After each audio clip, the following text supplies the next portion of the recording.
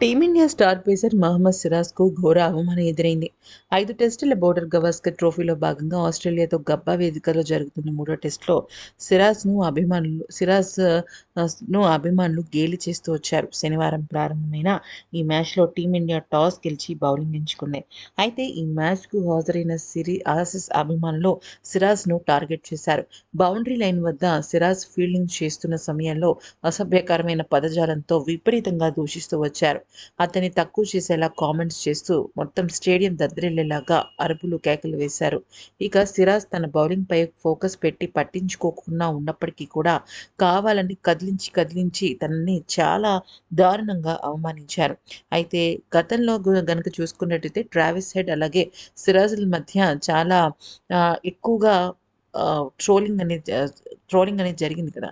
So, అతన్ని out చేశాడన్న క్రమంలో సిరాజ్ మీద కక్ష పెంచుకున్నారు. ఇక ఆ తర్వాత ఇదంతా భరించలేక సిరాజ్ రోహిత్ దగ్గరికి వెళ్తే, రోహిత్ ఇమ్మీడియేట్‌గా తన ఫీల్డింగ్ పొజిషన్ మార్చి అక్కడున్న స్టేడియం అధికారులతో ఈ విషయాన్ని చెప్పడంతో, ఆ స్టేడియం అధికారులు అక్కడ గేలి చేస్తున్న వాళ్ళ మీద ప్రత్యేకమైన దృష్టి పెట్టి పక్కకు జరిపారు. దాంతో కొద్దిగా అక్కడ సద్దుమణిగింది. ఏదేమైనప్పటికీ కూడా ఇంత దారుణంగా ఒక వ్యక్తిని టార్గెట్ చేస్తూ మెసేజ్ చేయడం చాలా తప్పనే తెలుస్తోంది.